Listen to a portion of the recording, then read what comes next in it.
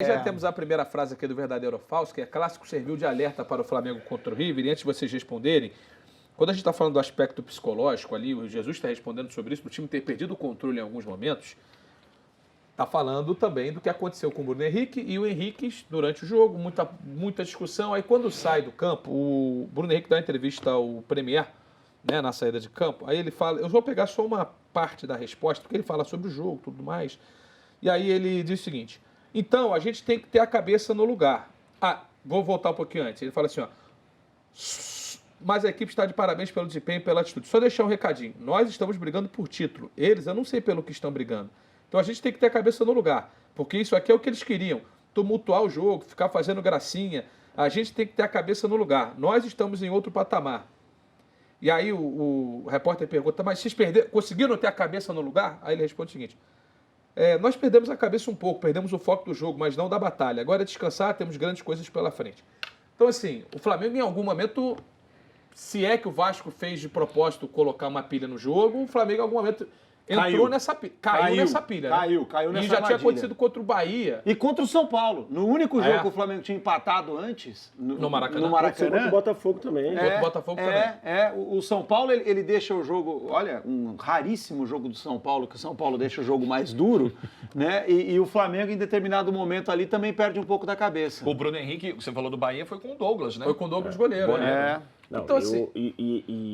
eu não cheguei a falar sobre isso aqui, então vou falar pela primeira vez.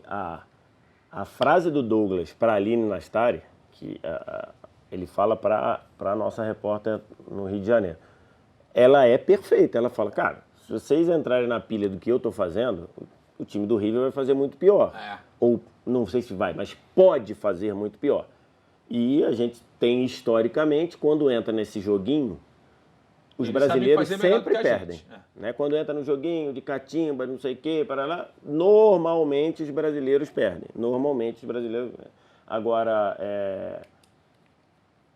o que falou o Bruno Henrique, eu acho que se criou como é que as pessoas falam? Uma coisa maior do que foi. Uma coisa maior do que foi. Isso. Porque, tipo assim, isso não é... Eu lembro bem, em 1999...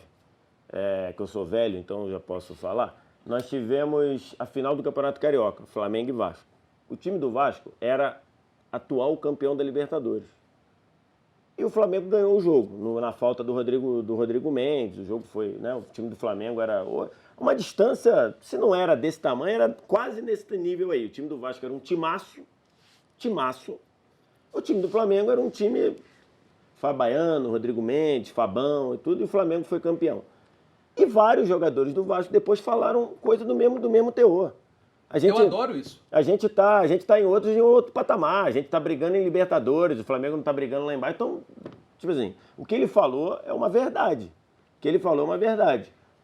Hoje, de fato, eles disputam coisas diferentes. Eu adoro isso. Eles disputam coisas diferentes.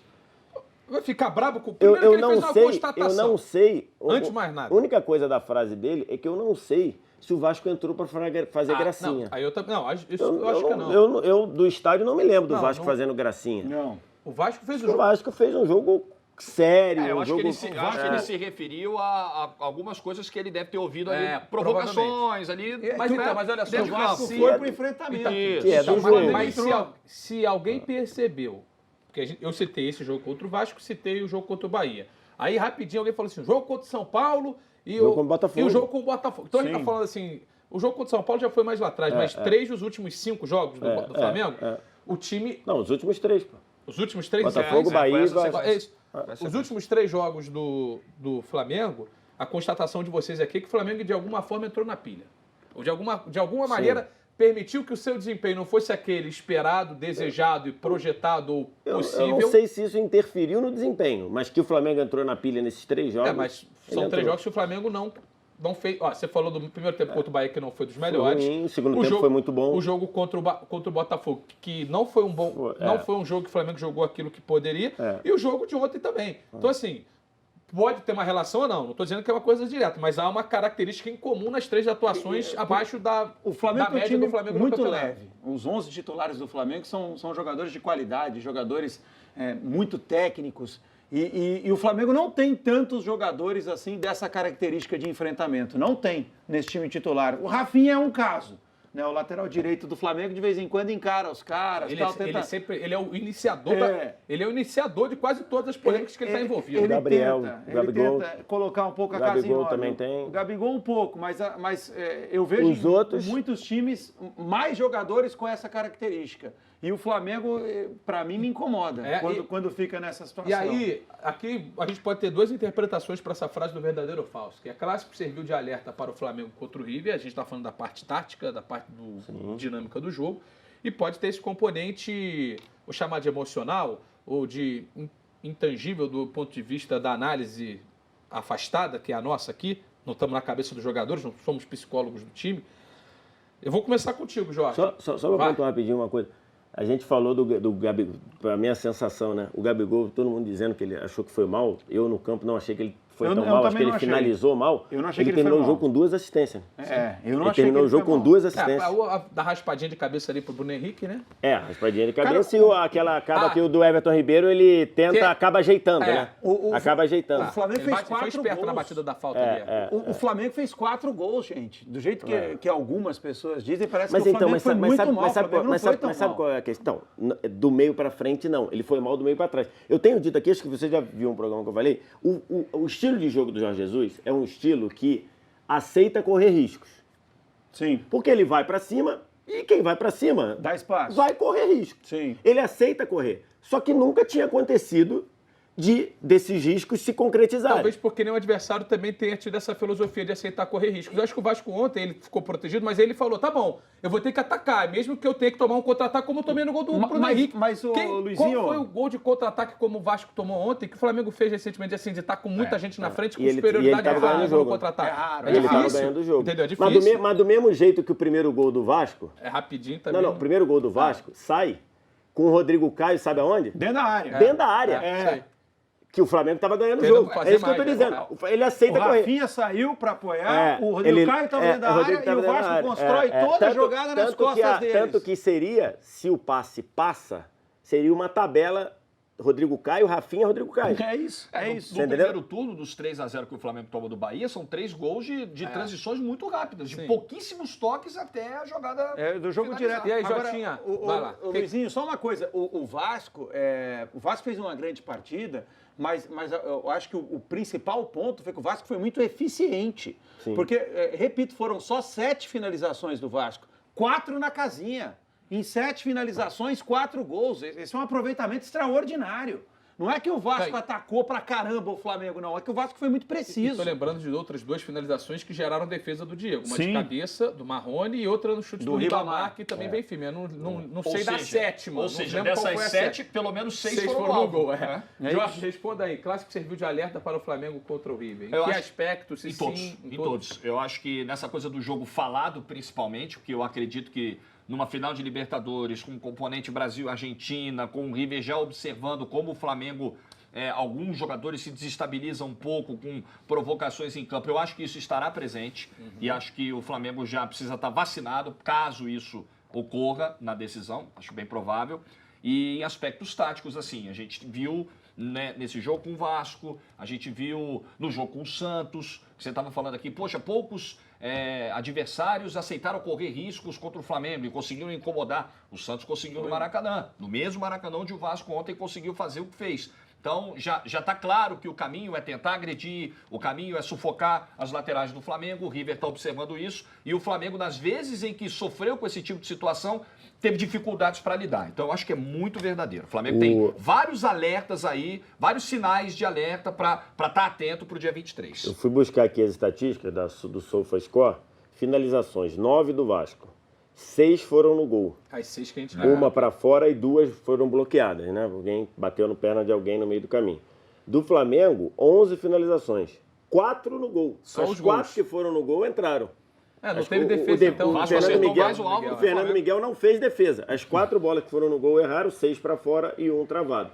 Então é aquilo que você falou, né? O Vasco mandou 4 no gol e as outras 2 que geraram... Uma muito perigosa da cabeçada. A do chute foi uma pancada, mas foi em cima do Diego, né? Se toma aquele gol ali, para. E acho que o Diego falhou no gol no quarto gol, né? Porque Eu também acho. Pelo meio, menos, né? não, Sair. não, então, no estádio, eu ainda não vi o replay. No estádio eu fiquei com a nítida sensação que ele poderia... Na primeira ou na segunda? Na primeira. Ah, poderia e deveria agarrar a bola. Também acho. E em vez de socar. Fiquei com essa impressão. Agora ainda não vou vai até sair parar daqui a pra pouco ver o gol aqui. aqui. Eu vou até ficar no... Mas eu não sei se no gol já tem a primeira. Eu acho que não tem. Eu acho que tem. Porque vem uma Eu bola acho que lançada do meio campo quase, né? Não. Essa já é a segunda. Eu tô falando na cobrança de falta. Na cobrança eu tô falando na cobrança de falta. Não vou lembrar. Então. Se ele tinha que sair no ou estádio eu fiquei com a nítida sensação que dava pra ele agarrar. E aí ele soca. Porque assim, no lance do gol vem um chuveiro, aí tem um toque de cabeça. Nesse gol do Bruno Henrique, o interessante é que o Bruno César tinha acabado de entrar no jogo. Ele toma um drible do Vitinho espetacular, né? E aí a bola é cruzada. O Vitinho entrou bem no jogo. E o Gabigol dá de cabeça e o Bruno Henrique faz o gol. E assim, o Guarim, cara, essa bola do Guarim é um negócio de maluco, tá? Esse lançamento do Guarim, esse Guarim tá pesado. Não consegue. Mas ele já é o. Esse é o lance do gol. Ele tem uma desenrolar. qualidade na batida da bola que é um negócio de maluco, cara. E aí o gol do Vasco no Ribamar, que eu acho que bota uma estrelinha no calendário, a gente vai marcar ali com estrelinha. Pô, esse dia foi marcante por conta desse jogo. André Galvão, o clássico serviu de alerta para o Flamengo contra o River. Em que aspecto, se você considera essa frase verdadeira? Verdadeiro. E para mim, o principal ponto tem a ver com o salto alto. É uma coisa que acaba atingindo muitos times bons, de todos os esportes, né? Quando você tem uma autoconfiança muito grande e em determinados momentos você desliga. Então eu concordo com o Vitor Sérgio, o Flamengo em alguns momentos do jogo ontem meio que se desligou. Esse jogo a gente vai ganhar de qualquer jeito. O lance do gol de empate do Vasco para mim é um exemplo claro disso, quando desce o lateral, desce o zagueiro, desce todo mundo, vambora que tá fácil o jogo. E não tá fácil o jogo, entendeu? E sabe o que é engraçado? Enquanto você estava falando, eu fiquei pensando o seguinte, Galvão. Né? Tá bom. É tudo verdade. Mas que bom que foi agora, né? Porque também tem isso, né? A gente tá olhando aqui o lado negativo da atuação, do que pode ter de reflexo negativo, tem o lado positivo, pô. Sim. Que bom que esse aprendizado, ou esses aprendizados dos jogos vieram aqui uma semana antes da final da Libertadores. Já poderia ter vindo antes, porque o jogo Flamengo e CSA é muito parecido. O Flamengo faz o gol logo de cara Mas ali acho que o Flamengo não desceu tanto o nível quanto... Na defesa, sim. Na defesa, sim. Contra o CSA, sim. O Flamengo dá muita chance pro CSA, que tem um ataque fraquíssimo. A Podi teve chance cara a cara, teve bola na trave. O Diego Alves fez três grandes defesas contra o CSA, mas acho que porque poderia ter 5-3 Flamengo, ontem foi 4-4. Nesse aspecto, o jogo pode ser parecido. Mas o parecido. que eu estou dizendo é o seguinte, o jogo contra o CSA, ele sempre pareceu muito mais na mão do Flamengo do que ontem. Não, ontem estava na mão do... Não é que na mão do Vasco, mas o Vasco estava segurando o jogo aqui, Exatamente. ó. Era um cavalo arredio, o bichinho estava vindo, mas o Vasco estava aqui, ó. Pá. Se você pegar Vasco, ali... O Jorginho é um grande cavaleiro. É um grande cavaleiro, um cowboy. Ele ficava assim, ó. O manga larga dele, marchador, tava lá quando você dava... Adestramento. Quando você fazia assim, ele partia, você segurava aqui assim, o bichinho vinha... Foi o Vasco ontem. Não? Então, acho que isso não aconteceu contra o CSA. Ai, meu Deus. Acho que ontem o controle do jogo, em muitos momentos, teve em relação ao Vasco. Verdadeiro ou falso? Verdadeiro, então, cara, eu acho absolutamente verdadeiro, mas a gente tem que analisar alguns aspectos.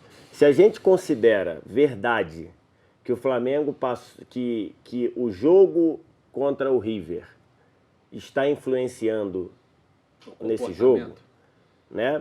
Isso não é alerta, porque se o cara fala assim, pô, eu tô com a cabeça no River... Eu sei que eu tô com a cabeça no River. Vamos supor que alguém tenha identificado, pô, os jogadores estão com a cabeça no River. Quando chegar o River, o cara vai falar, opa, o que a gente tava na cabeça agora é a hora. Mas, né? Então, mas é assim? Não necessariamente, né? Será que é possível fazer isso? Partindo do princípio que o diagnóstico que esses caras estão pensando na Libertadores...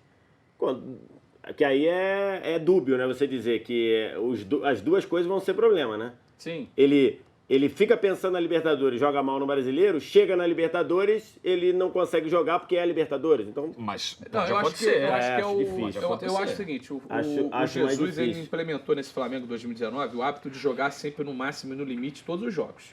E vem sendo assim, e eu vou colocar ontem também, por mais que eu concorde que o Flamengo talvez tenha tido essa postura de acreditar que pode vencer a qualquer momento, os caras também não estavam de sacanagem. Os caras estavam jogando o máximo que Não, podiam, claro tá que entendendo? não, Assim, claro que às não. vezes a cabeça do cara não foi além, não foi para o Vasco entrou como se fosse um jogo, uma final de campeonato. O Vasco entrou como O se fosse a Flamengo final da entrou como se fosse a Libertadores. 33ª, no caso era a 34ª, né? 34ª rodada do Campeonato Brasileiro, 33º time do campeonato. Mas eu acho que serviu de muito alerta por essa questão defensiva, essa questão de explorar os laterais, essa questão de errar bote como o Flamengo errou, essa questão de se recuperar para quando o outro time acelera. O River nem é um time que acelera tanto assim, ou não vinha sendo um time que acelerava tanto assim, era um time mais de construção de posse de bola. Não sei como é que o River vai entrar contra o Flamengo, mas esses pontos aí, essa transição defensiva do Flamengo acendeu um alerta sim.